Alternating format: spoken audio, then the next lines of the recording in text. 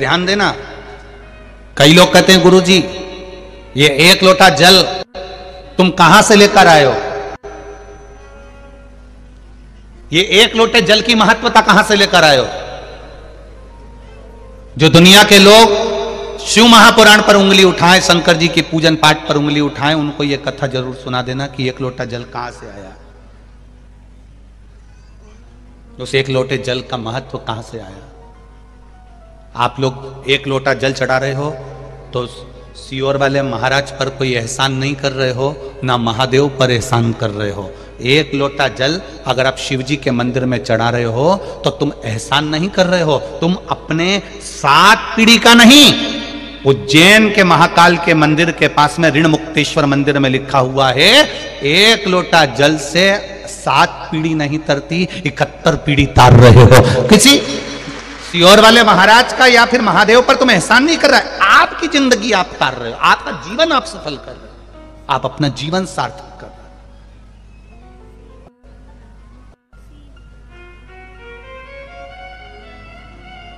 इस कहां से आया एक लोटा जल। दधीचि ऋषि की धर्म पत्नी का श्राप सबको लग गया, देवताओं को, सारे देवताओं को श्राप लग गया। देवताओं के घर में संतान नहीं हो रही क्योंकि इनको श्राप था कि तुम्हारे यहां संतान नहीं होगी। संतान नहीं, क्या करा जाए। पार्वती जी ने भी मन में विचार करा कि ये तो श्राप लगा है देवताओं को, अब करना क्या चाहिए। पार्वती जी ने एक व्रत रखा जिसका नाम था पुण्यक व्रत। कौन सा व्रत है, जम के बोलो, पुण्यक। कौन सा व्रत है, पुण्यक व्रत। पार्वती जी ने एक व्रत रखा जिसका नाम था पुण्यक व्रत। मां पार्वती, वो व्रत 1 वर्ष तक होता है। उस व्रत में 1 वर्ष तक भगवान का पूजन करना, 1 वर्ष तक किसी न किसी वृक्ष के नीचे बैठकर भगवान की पूजन करना, 1 वर्ष तक वृक्ष के नीचे बैठकर उसी पत्ती का सेवन करना जिस वृक्ष के नीचे बैठे। ये पुण्यक व्रत माता पार्वती जी ने करा 1 वर्ष। किस लिए करा था, श्रेष्ठ संतान की प्राप्ति के लिए, श्रेष्ठ पुत्र की प्राप्ति के लिए। दिल से अगर कुछ करोगे, दिल से आप भगवान से प्रार्थना करोगे तो वो दिल से देता भी है। एक पत्र आया, देखिए,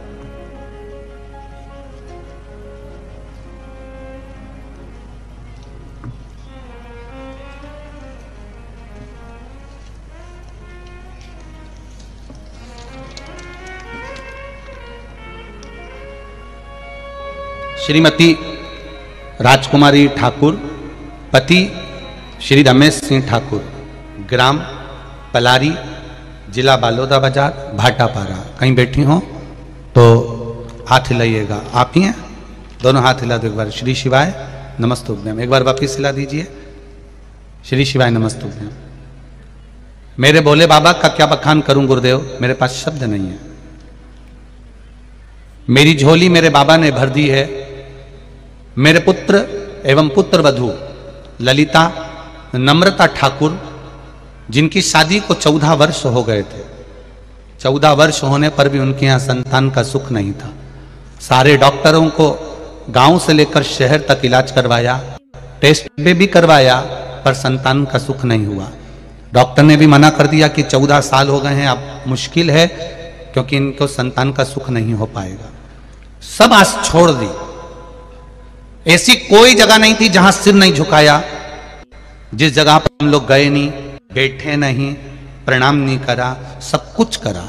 जो जो जिसने बताया वो सब करा, पर 14 वर्ष तक संतान नहीं हुई गुरुदेव। 4 वर्ष तक हमने सारे उपाय करे, 10 वर्ष हमारे ऐसे ही निकल गए, हमने फिर छोड़ दिया बाबा पर। 14 साल हो गए। 14 वर्ष के बाद महापुराण की कथा टीवी पर आई। तब मेरी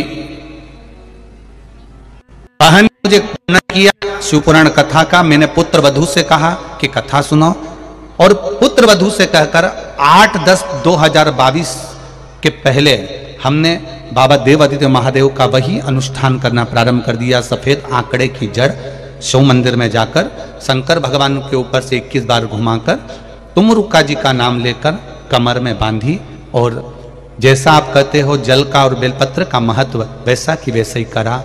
बाबा की कृपा से 8/10/2022 को मेरे बाबा ने मेरी बहू के गर्भ से 2 बच्चों को जन्म दे दिया। ये शिव की कृपा है, दोनों बच्चों का।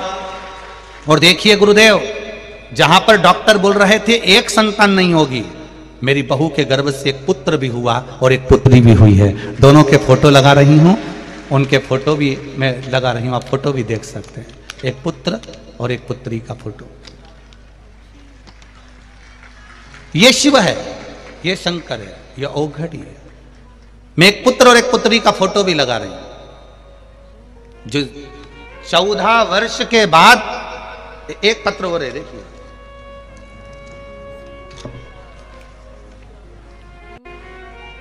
अनीता गोहे, अर्जुन नगर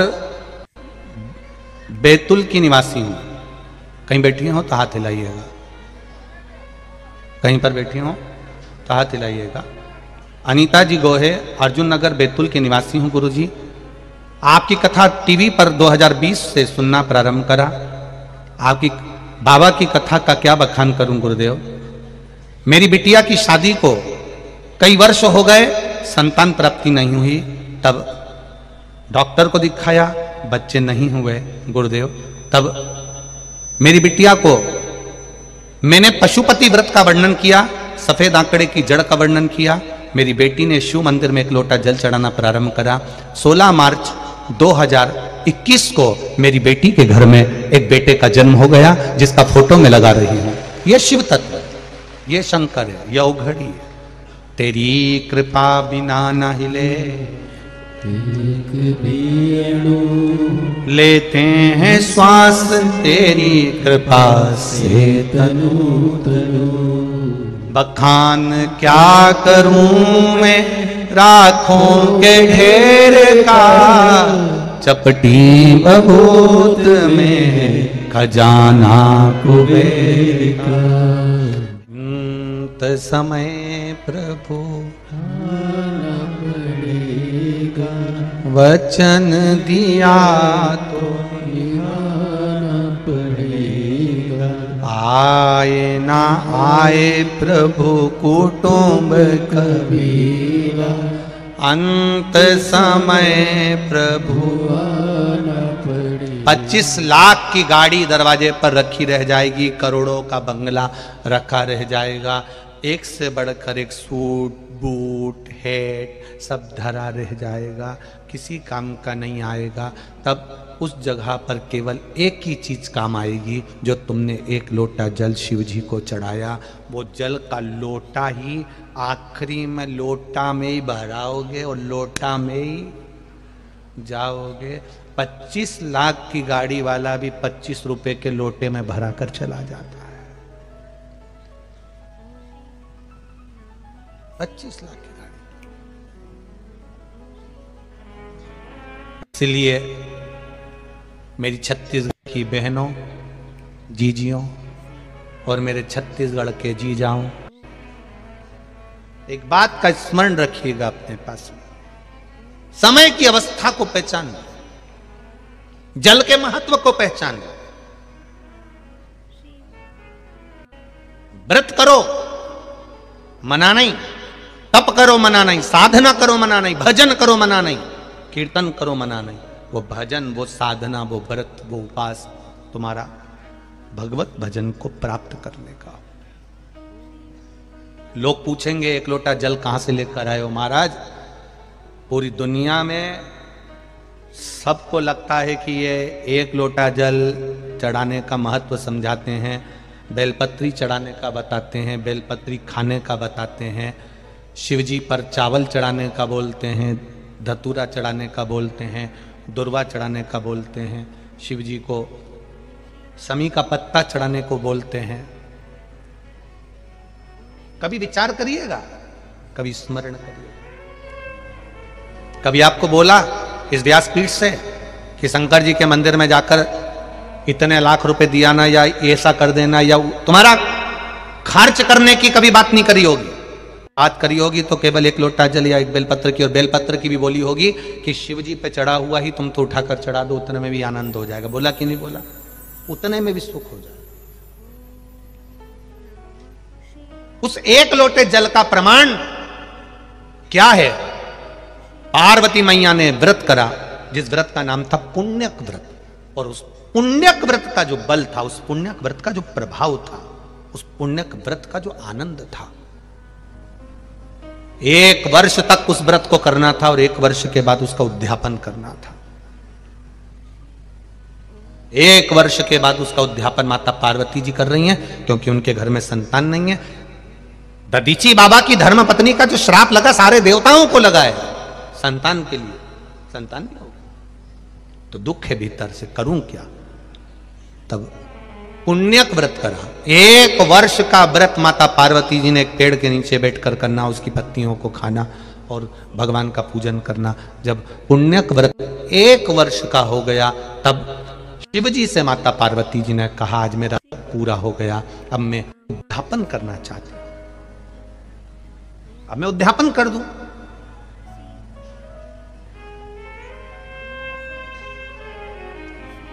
उद्यापन का मतलब जानते हो ना आप लोग?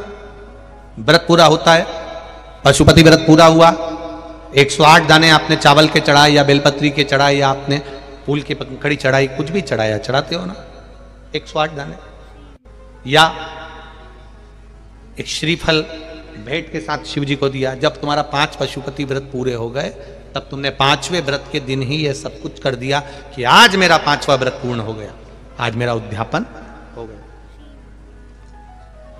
आज उद्यापन हो गया।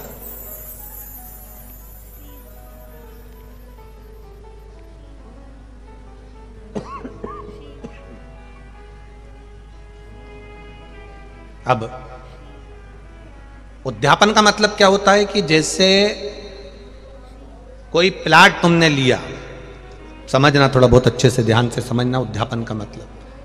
तुमने प्लाट लिया, तुमने जमीन ली, तुमने मकान लिया, मकान में तुम रहने भी लगे, प्लाट में तुमने घर भी बना लिया, पैसे भी पूरे दे दिए, लाखों रुपए दे दिए, जमीन पे रह रहे हो, मकान बना लिया, प्लाट ले लिया, या मकान में रह रहे हो, पैसे भी दे दिए पूरे, रह भी रहे हो, 15 साल हो गए, 20 साल हो गए, 25 साल हो गए रहते रहते, पर तुमने उस प्लाट की, उस मकान की अगर रजिस्ट्री नहीं कराई तो वो मकान तुम्हारा होगा क्या? जम के बोलो जरा। नहीं, तुमने उसकी लिखा पढ़ी नहीं कराई, उस पर तुम्हारा सिग्नेचर और बेचने वाले का सिग्नेचर नहीं है, साइन नहीं है, तो उस प्लाट की, उस जमीन की, उस मकान पर तुम्हारा कोई कब्जा नहीं होगा। तुम भले रह रहे हो, तुम भले उस पर रह रहे हो, पर उस पर तुम्हारा साइन नहीं है, उस पर बेचने वाले का सिग्नेचर नहीं है, भले तुमने पैसा दे दिया, तो वो जमीन, प्लाट, मकान तुम्हारा नहीं कहलाएगा। उसी तरह तुमने पशुपति व्रत करे करे करे करे करे, 16 सोमवार के व्रत करे, संकट सोमवार के व्रत करे, बुधवार के व्रत करे, मंगलवार करे, शुक्रवार करे, संतोषी माता के करे, लक्ष्मी जी के करे, वैभव लक्ष्मी के करे, तुमने सारे व्रत करे, उस व्रत का उद्यापन होना जरूरी है। एकादशी का व्रत कर रहे हो, उसका भी उद्यापन होना जरूरी है। प्रदोष का व्रत कर रहे हो, उसका उद्यापन होना जरूरी है। उद्यापन हो जाना मतलब मैंने अभी तक जो व्रत करे थे, ये सारे व्रतों का पुण्य अब मेरे खाते में आ गया। अब मुझे किसी की जरूरत नहीं, किसी के व्रत की जरूरत नहीं कि मैं मरूंगी। आपके मरने के बाद पंडित जी, ब्राह्मण देवता संकल्प छुड़वाएं और एकादशी दिलवाएं। बहू से कहें 5 एकादशी दो, बेटों से कहें 4 एकादशी दो। यहां देते कि नहीं देते? अरे बोलो तो जम के। किसी के मरने के बाद 12वें 13वें में एकादशी दिलवाते हैं। अगर आपने एकादशी करी है और आपने एकादशी कर कर उसका उद्यापन करा है, तो एकादशी का उद्यापन कर दिया मतलब आपने इतनी एकादशी करी, उसका पुण्य तुम्हारे खाते में है। कोई तुमको एकादशी नहीं भी देगा तो भी तुम बैकुंठ जरूर जाओगे, क्योंकि सील ठप्पा लग गया। उस उद्यापन का मतलब यह है कि हमारा करा हुआ व्रत हमारे खाते में पहुंच गया।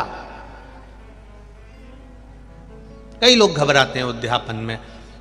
5 व्रत करे पशुपतिनाथ के, 4 व्रत पूर्ण हो गए, 5वां व्रत करने के लिए जाओ तो एक श्रीफल भेंट, 108 बेलपत्र या चावल जो भी लेकर जा रहे हो शिव जी को, एक एक कर समर्पित करते जाओ। श्री शिवाय नमस्तुभ्यं, श्री शिवाय नमस्तुभ्यम। दिए लगा दिए, दिया ले लिया, प्रसाद के हिस्से कर दिए, एक हिस्सा ले लिया, वापिस घर पर आए। 5वें दिन फिर वही दिया जला दिया, फिर प्रसाद का हिस्सा पा लिया। 5वां व्रत पर तुमने उद्यापन कर दिया, मतलब तुमने शिव को समर्पित कर दिया। अब वो व्रत तुम्हारा है।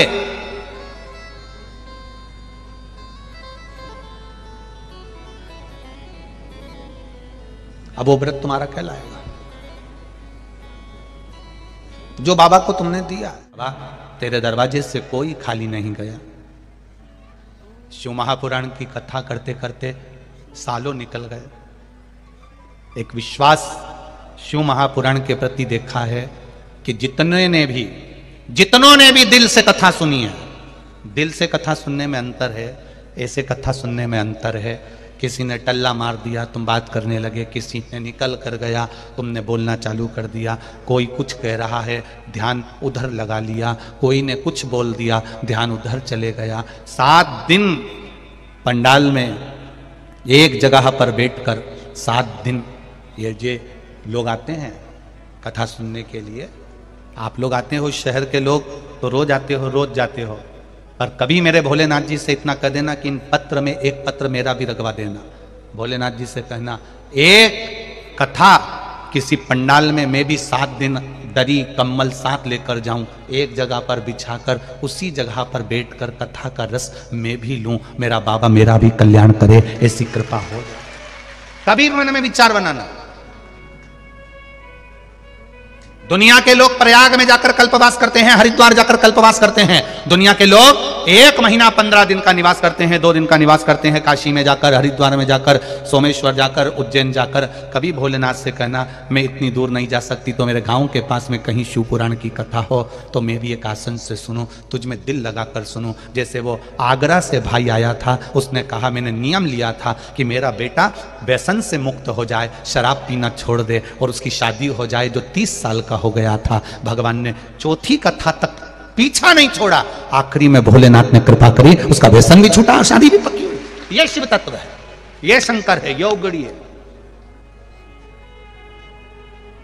कथा वो नहीं होती कि तुमने बस यहां से सुना, यहां से निकाल दिया, बच्चे कुछ थे। तो कथा को एंजॉय करने के लिए या कथा में आनंद लेने के लिए नहीं जाना है। कथा में हमें शिव को ढूंढने जाना है कि मेरा बाबा मिलेगा कैसे, मेरा शंकर कैसे मिलेगा।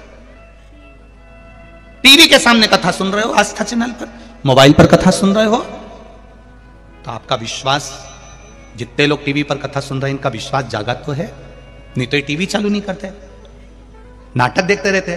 क्यों आस्था चैनल चालू करा, क्यों मोबाइल पर कथा निकाली? नहीं सीवर वाला मारा जा रहा होगा, कथा निकाल। तुमने मोबाइल पर भी भगवान को ढूंढा है, तुमने चैनल पर भी भगवान को ढूंढा है, तो पंडाल में भी कथा सुनने बैठो तो भगवान को ढूंढ कर बैठो कि मेरा भोलेनाथ मुझे मिलेगा, मेरा शंभू मुझे मिलेगा। 14 वर्ष तक जिसकी यहां संतान नहीं हुई, वो सब दूर से जब आस छोड़ देता है, तब वो शंकर की शरण में जाता है, तब वो शिव तत्व की ओर जाता है। सालों साल हो जाती है और औलाद नहीं होती, तब व्यक्ति को लगता है कि अब संतान नहीं हो सकती। आज छोड़ दी लोगों ने 10 साल 20 साल। इस व्यासपीठ ने 25 से 30 साल जिसकी शादी को हो गए, उन तक की गोद में संतान देखी इस व्यासपीठ ने, और उनकी आंख में से आंसू बहते हैं कि मेरे को 30 साल बाद बाबा ने संतान दे दी। ये व्यासपीठ ने देखी है, ये सहज नहीं है। इन पत्रों के ढेर में तुम्हारा भी पत्र आए, तुम भी दिल से बाबा से प्रार्थना करो कि वो तुम्हें स्वीकार करे। एक दिन शिव जी के मंदिर गए, 1 महीना शंकर जी के मंदिर में गए, 1 महीना 2 महीना भगवान के मंदिर में गए, और तुम विचार करो कि मेरा बाबा मेरी झोली भर दे, ऐसा नहीं होता। पहले भगवान पूरा परखता है। तुम जाते रहो उसके दरवाजे पर, जाते रहो, 1 महीना नहीं, 2 महीना नहीं, 3 महीना नहीं, जाते रहो उसके दरवाजे पर, कभी तो सुनेगा, कभी तो सुनेगा। जाते रहो। वो रेलवे स्टेशन गए हो आप लोग कभी? अरे बोलो तो जम के, स्टेशन गए हो? रेलवे स्टेशन, रेलवे स्टेशन पर बड़े बड़े माइक लगे होते हैं। अंदर बैठी हुई एक महिला बार बार बोलती है 12 1 2 3 4 नंबर की गाड़ी, ये वाली एक्सप्रेस इतनी बजे इस प्लेटफॉर्म पर पहुंच रही है। एक बार नहीं बोलती वो, कितनी बार बोलती है? 5 बार भी नहीं बोलती वो, तो जब तक बोलती है जब तक ट्रेन नहीं आ जाए। बोलती कि नहीं बोलती? ट्रेन आ गई तो भी बोल रही है। अब क्या बोल रही है? 1 2 3 4 ये एक्सप्रेस 4 नंबर प्लेटफॉर्म पर आकर खड़ी हो गई है।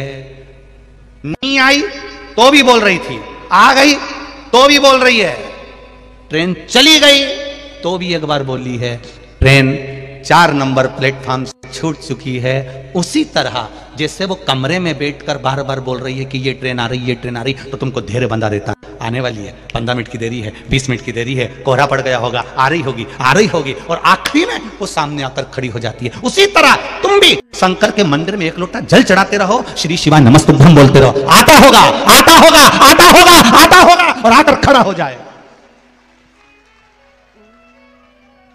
आएगा मेरा बाबा आए।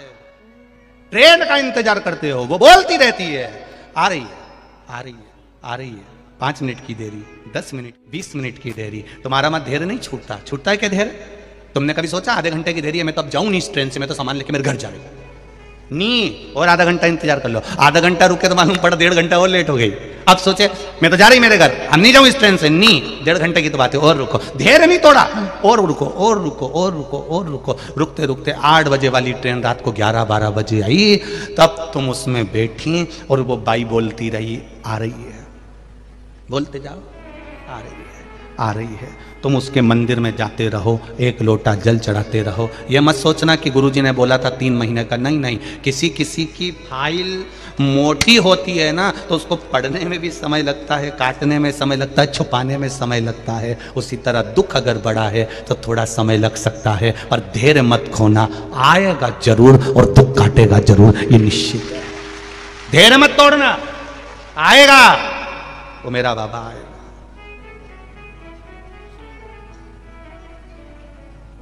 आएगा तो। मैंने भोले को बुलाया है, वो आता होगा, वो आएगा जरूर। मैंने अगर दिल से पुकारा है, दिल से कहा है, दिल से पुकारा है,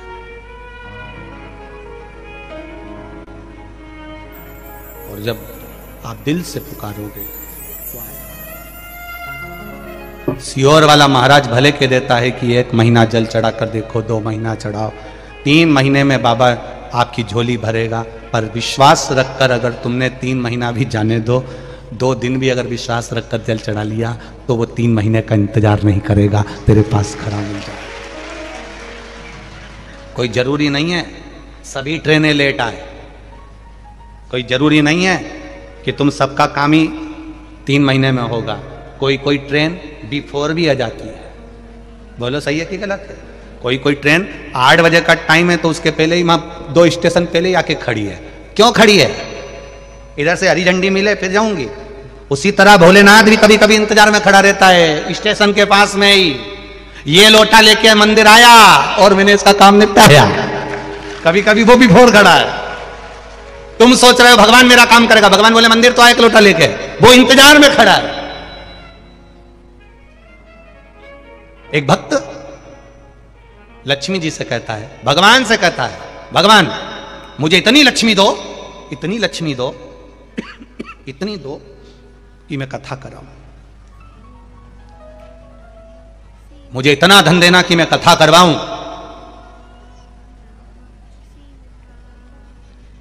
भगवान ने लक्ष्मी जी से कहा, वो बेचारा बोल रहा है कि भगवान मुझे इतना धन देना कि मैं कथा कराऊं, तो तू उसको धन क्यों नहीं दे देती? लक्ष्मी जी बोली, मैं खुद इंतजार में बैठी हूं, मैं धन जब दूंगी जब ये कथा कराएगा।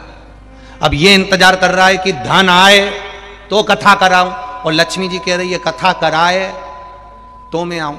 अब दोनों उलझट्टे में पड़े हुए, अब करे तो करे क्या।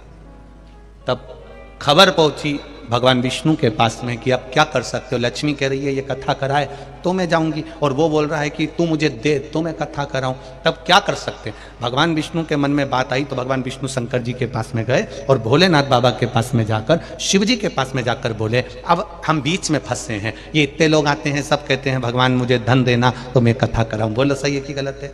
सबके मन में आता कि ना भगवान धन देना तो मैं कथा कराऊं। और लक्ष्मी जी क्या कह रही है, पहले कथा करा तो मैं धन दूं। तब भगवान शिव जी ने बीच का रास्ता निकाल दिया। शंकर भगवान ने भगवान नारायण से कहा, बीच का रास्ता एक ही है, जहां कथा सुनने बैठो वहां एक संकल्प कर लो कि कथा कराने का मन में प्लान विचार तूने दिया है, व्यवस्था भी तू ही करेगा, अब तू जान, तेरा काम जाने, पर कथा मेरे जीते जी एक बार तुझे कराना है। बस संकल्प तुमने ले लिया। अब भगवान विष्णु लक्ष्मी जी को फिर धीरे धीरे कुछ तो कर दे, थोड़ा बहुत तो दे दे। तब कहीं से व्यापार में कहीं 2 रुपया का फायदा हो गया, तब मन में आया अब करा लेता हूं, थोड़ा सा आया है, थोड़ा कहीं से आएगा, हो जाएगा। तब लक्ष्मी फिर टूटमान हो गई। संकल्प तुम्हारा है, पूरा वो करेगा, करेगा।